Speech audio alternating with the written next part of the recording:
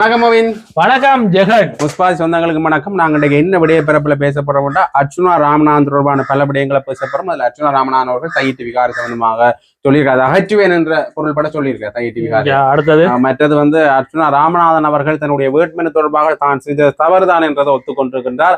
அது மட்டும் இல்லாமல் இன்னொரு விடய பிறப்புல இனப்படுகொலை சம்பந்தமான ஒரு புத்தகம் ஒன்று வெளியாகி இருக்கின்றது. அது தொடர்பாக பேச போறோம். அது மட்டும் இல்லாமல் வடமராட்சி பகுதியில் ஒரு 14 வயது சிறுமி தாக்கப்பட்டுள்ளார். அது தொடர்பாக பேச போறோம். முதலாவதாக அர்ச்சுனா ராமநாதன் தொடர்பான எங்களுடைய விடய பிறப்புக்கு வருவோம். அர்ச்சுனா ராமநாதன் அவர்கள் ஒரு தனியார் தொலைக்காட்சி கொடுத்த நேர்காணல்ல, தனியார் ஊடகம் ஒன்று கொடுத்த நேர்காணல்ல பேசுகின்ற பொழுது என்ன விஷயத்தை சொல்லியிருக்காருன்னு பாத்தீங்கன்னா, தையிட்டு விகாரைய அகற்ற போகிறேன். இப்ப எகத்தாளமா தான் இருக்க போறியா முதல் கை ஒழுங்கா வச்சிருக்கு. சரி, தையிட்டு விகாரைய அகற்ற போறேன்னு சொல்லி தையிட்டு விகாரை அகற்றுவதற்குரிய சட்ட ஒழுங்கின்படி யாராவது ஒருவர் எனக்கு எழுத்து மூலமாக ஏதாவது ஒரு ஆவணம் தந்தார். ஆனால் இதே ராமநாதன் தான் ஒரு காலத்துல அந்த தையிட்டு விகாரை அகற்றுவது நடைமுறை சாத்தியம் இல்லாத ஒன்று. எனக்கு நீ என்ன சொல்ல, நடைமுறை சாத்தியமே இல்லையா? நடைமுறை சாத்தியம் இல்லாத ஒன்றுதான்.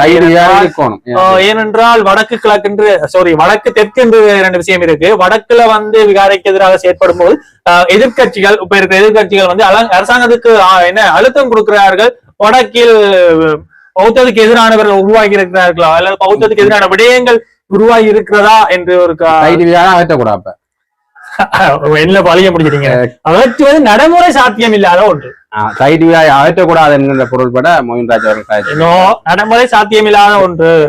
என்னுடைய கருத்துப்படி என்னன்னா, இருக்கிறது இல்லாத ஒரு விஷயம். இனி மேலதிகமாக ஒரு விகாரை கட்டுவதற்குரிய ஒரு கட்டுமான பணி நடக்கும் பொழுது இது தொடர்பான விஷயம். மேலதிக தேவையில்லாத விகாரையோ கட்டுவதை இனி கட்டணும். அப்ப விகாரம் அப்படி சொல்றீங்க. எப்படி கலைக்க போறீங்க? இப்படி கலைக்க அவங்கள்ட்ட மாட்டி போட்டு தேவையில்லாத விகாரைகளோ கோயில்களோ இல்ல பள்ளிவாசலோ தேவை இல்லாம கட்டக்கூடாது. இன்னொரு இன குடும்பத்தை குழப்புவதற்காகவோ சண்டைகளை மூட்டி விடுவதற்காக இது தேவைகள் இருந்தா கட்டலாம். கோயில்கள் தேவையில்லை. இப்ப அது சொல்றேன். இப்படிதான் கலைக்க போறீங்க. கோயில்கள் இனி வடகிழக்குல தேவையில்லை. தேவையில்லாம எதுவாக இருந்தாலும் கட்டக்கூடாது. அரச கட்டிடமா இருந்தாலும் சரி, என்ன இருந்தாலும் சரி. விகாரை அமைக்கப்பட்டது சரி, கோயில்கள் தேவையில்லை என்ற கருத்துல மோகன்ராஜ் அவர்கள் எப்படியான வன்முறைகளான கருத்துக்களை எனக்கு இருக்கு. ரசிகருக்கு மட்டும் நல்ல ரசிகர் மட்டம். இப்ப ஒரு வீடியோ ஒழுங்கா வைக்க தெரியும். இப்ப 4 தடவை இந்த வீடியோ எடுக்கிறோம். சரி, அடுத்தாக இந்த தையிட்டு விகார தொடர்பாக சொல்ற போது இந்த சட்ட ரீதியாக ஏதாவது ஒரு ஒப்பந்தம், அதாவது ஏதாவது காணி உரிமையாளர்கள் தனக்கு சட்டம் மூலமாக எழுதி தந்தா உடனடியாக அகற்றுவதற்குரிய நடவடிக்கையை மேற்கொள்ள என்று அவர் சொல்லியிருக்கார். அது மட்டும் இல்லாமல் இன்னொரு விஷயத்தை பற்றி நாங்கள் பார்க்கணும். என்னன்னு பாத்தீங்கன்னா, இந்த தன் வேட்புமனு தொடர்பாக தன்னுடைய தவறுதான் விமர்சனம் இவர்களை சைன வச்சுட்டு கொண்டு கொடுக்கின்றார்கள். இல்ல, பல கட்சிகள் அப்படித்தான் செஞ்சு மொழிராஜ் தெரிந்த பல கட்சிகள் அப்படி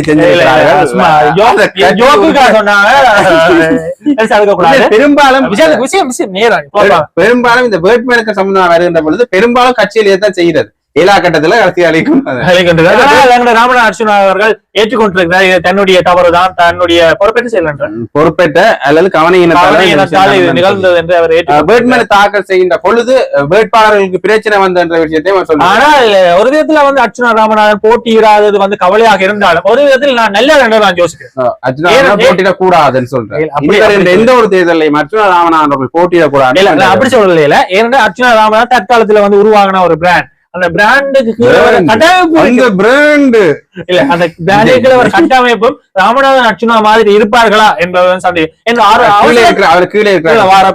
அவர் அவசரத்துல 4-5 பேர் தூக்கி போடும்போது அவர்கள் சரி அவருக்கு அர்ச்சுனா ராமநாதனுடைய கொள்கைக்கு ஏற்றவர்களாக வருங்காலத்தில் பயணிப்பார்களா? ஆனா அவர் சொல்றாரு பாத்தீங்க, அந்த கொள்கை பிரகடன ஒப்பந்தம் ஒன்று வச்சான். அதுல வன்முறை சம்பவம் ஈடுபடுறார்கள், பெண்களுக்கு எதிரான வன்முறையில் ஈடுபடுறார்கள் இந்த கட்சியில எடுக்கல. அப்படி அவர்கள் பதவிக்கு வந்த பிறகு வருகின்ற பட்சத்துல அவர்கள் அந்த பதவியிலிருந்து விலகணும். இதுல என்ன பார்க்க வேண்டிய விஷயம் என்ன, அர்ச்சுனா ராமநாதன் என்றது ஒரு பிராண்ட், அது ஒரு அலை பிராண்ட். NDP அடிச்ச அலையில தான் எங்களுடைய யாழ் மாவட்டத்தில் 3 பிரதிநிதிகள் தேசிய கட்சிகளால் தெரிவு செய்யப்பட்டார். உண்மையிலேயே இந்த 3 பிரதிநிதிகள் சம்பந்தமா கதைக்கு நாங்க சொல்லணும் பாத்தீங்கன்னா, 3 பேரும் யாருன்னு தெரியாம சில பேர் ஓட் பண்ணிருக்கோம். ஏன்னா NDP அதே மாதிரி அர்ச்சுனாவின் அலை வடக்குல அடிச்சு கொண்டிருக்கு. அந்த அலையில யாரு ஓட் என்ன எலெக்ஷன் எவனாவது பெட்ரோல் எலெக்ஷன் கேட்டால் அவர்கள் வென்றுவார்கள். அப்ப அந்த வெண்டாப்புற அந்த அர்ச்சுனாவின் அந்த பவரை யூஸ் பண்ணி யாரும் வெண்டாப்புற அதுக்கு வெண்டு மக்களோட மத்தியில பிரபல்யம் ஆன பிறகு அவருக்கு தடுமாறி அர்ச்சனா ராமநாதன் கொள்கைக்கு எதிராக கடுப்பா இருக்கு எனக்கே கடுப்பா அர்ச்சனா ராமநாதன் கொள்கைக்கு எதிராக அவருடைய கருத்துக்கு எதிராக செயற்படும் பட்சத்துல ஒண்ணுமே செய்யல. ஏன்னா அவர் அந்த நிலையை பயன்படுத்தி பண்ணிட்டாரு, மக்கள் மத்தியில பிரபலியம் ஆயிட்டாங்க. ஏன்னா அர்ஜுனாவின் மீது அவருக்கு கொண்ட நம்பிக்கை பிரகாரம் அவருக்கு ஓட்டு போட்டிருப்பாங்க. அந்த ஓட்டை அவருக்கு தவறாக பயன்படுத்த அப்ப அர்ஜுனா ராமநாதன் என்ன செய்யலாம்? கொஞ்ச நாளுக்கு பிறகு உருவாக்கினாப்புற அவர் வந்து போட்டியிட்டால் ஆனா ஒரு இடத்துல கவலைதான் அவருடைய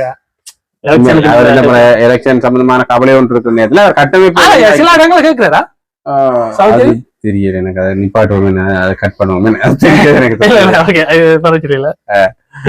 அடுத்த வந்து அடுத்த இது வந்து அர்ச்சனா பற்றின விஷயங்கள். அடுத்த இனப்படுகொலை சம்பந்தமாக ஒரு புத்தகம் ஒன்று கனேடிய அமெரிக்காவில் இருக்கிற புலம்பெயர் சொந்தங்கள் எழுதியிருக்கின்ற புலம்பெயர் அமைப்புகள் புத்தகம் சம்பந்தமாக எழுதியிருந்து அதை வெளியிட போறார்கள்.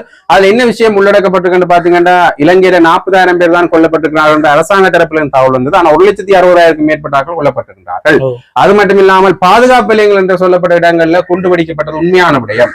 அது மட்டும் இல்லாமல் பெண்களுக்கு எதிரான வன்முறைகள், பாலியல் வன்புணர்வுகள் நடந்தது எல்லாம் உண்மையான விடயம். இந்த அரசியல் கைதிகள் சரணடைந்தவர்களும் சரி மற்ற வேறு சிலரும் சரி துன்புறுத்தி கொல்லப்பட்டார்கள் என்கிற பல விடயங்கள் இதுல உள்ளடக்கப்பட்டது.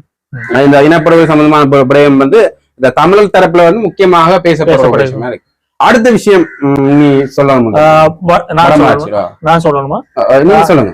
வடமராட்சி பகுதியில் 14 வயது சிறுமியை மின்கம்பத்தில் கட்டி வைத்து அடித்துள்ளார்கள். இதை பற்றி உங்களுடைய கருத்து என்ன? யாரையுமே இந்த வன்முறைய பொதுமக்கள் கையில எடுக்க கூடாதுன்றதான் என்னுடைய கருத்து. யாரா சிறுமியா இருக்கலாம், பெரிய இருக்கலாம். ஆனால் சிறுமிக்கு இப்படி செய்தது வந்து பாரதூரமான குற்றம். அதே நேரத்துல வந்து போதைப் பொருள் என்ற விஷயம் தாக்குகிறது. போதைப் பொருள் காரணமா இதுக்கு இல்ல போதைப் பொருளால வன்முறைகள் நடைபெறுகிறது. ஆனால் இது வந்து போதைப் பொருளால் நடைபெறவில்லை. இது ஒரு தனிப்பட்ட நபர்களுடைய காழ்ப்புணர்ச்சிகள், சிறு பலவீனத்தை ஆளும் என்ற அடிப்படையில தான் இந்த வன்முறை சம்பவம் நடைபெற்று இனி வருங்காலங்கள்ல பெரும்பாலும் இந்த சிறுவர்கள் சம்பந்தமான துன்புறுத்தல்கள் இருந்தா அது தொடர்பான ஆணைக்குழுக்கள் கூட இருக்கு. ஆணைக்குழு நீதிமன்றத்தை நாடில் எங்களுடைய சட்டத்துறை வந்து சிறப்பாக செயற்படும். இந்த இவ்வாறான விஷயங்கள் சிறப்பாக செயற்படும். நீதியை பெற்றுக் கொடுக்கிற என்ற விஷயத்துல வந்து அரசியல் ரீதியாக சில அரசியல் தீர்வுகள் சம்பந்தமாக இன்னும் எங்களுக்கு நீதி கிடைக்கல என்ற உண்மையான விஷயம். ஆனால் சமூக ரீதியான விடயங்கள்ல சட்ட ரீதியான நடைமுறைகள் பின்பற்றப்படுகின்றன. அது நீங்கள் இயலுமானவரை பயன்படுத்த எங்களுடைய சட்ட ஏற்பாடுகள் வந்து ஏன் அப்ப என்ன முரண்பாடுகளை ஏன் பாகுபாடு காணப்படுது? அது வேற இது வேற. அது வந்து அரசியல் ரீதியான பிரச்சனை, சமூக பிரச்சனை நீங்க உடனடியாக நீதிமன்றம் அல்லது உரிய அமைப்புகள் நாடுறது சரியான விஷயம். எங்களுடைய நீதிமன்றமும் சரி, சட்டத்துறையா இருந்தாலும் சரி, சட்ட வாக்கங்களா இருந்தாலும் சரி, இந்த பிள்ளை மனித உரிமை ஆணைக்குழுல கம்ப்ளைண்ட் பண்ணலாம். என்ன சொல்றேன், இதுல வந்து போலீஸ் அதிகாரிகள் வந்து நேரடியாக தலையிட்டார்கள். சட்ட வைத்தியர் வந்து உறுதிப்படுத்தியிருக்கிறார் பிள்ளைகளுடைய உடல்ல வந்து காயங்கள் காணப்படுகிறது. இதன் அடிப்படையில வந்து அவருடைய சிறுமியின் வீட்டுக்கு போலீசார் தெரிவிக்க சென்ற நிலையில் அவர் வீடு கூட்டியிருந்ததாகவும் தொலைபேசி ஊடாக தெரிவிப்பதாகவும் தகவல் வந்திருக்கு. எதுவாக இருந்தாலும் மனிதர்களை தாக்குவது, மனிதர்களே இல்ல யாரையும் தாக்குவது வந்து தவறு. எந்த உயிரினமாக இருந்தாலும் தவறு. சரியா? தொடர்ந்து இது தொடர்பான பல விடயங்களை ஆராய்ச்சி செய்யறதுக்காக நாங்கள் இருக்கிறோம். தொடர்ந்துமே நீங்கள் முஸ்பா சேனல் சப்ஸ்கிரைப் பண்ணி வச்சுக்கோங்கன்னா இவர் இந்த என்னது ரோஸ்டா சொக்காவோட வந்து உங்களுக்கு அரசியல் சேர்த்து போட்டிருக்கேன். நான் பஞ்சு முட்டை சேர்த்து போட்டிருக்கேன். நன்றி, வணக்கம்.